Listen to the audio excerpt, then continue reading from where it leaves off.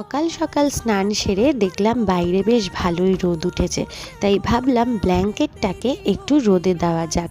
কিন্তু যেই আমি ব্ল্যাঙ্কেটটাকে রোদে দিলাম, ওটা হয়ে গেল রাইয়ের গেমিং জোন। তার উপর লাফিয়ে নেচে গড়াগড়ি কী যে না করলো সে তো ওই জানে।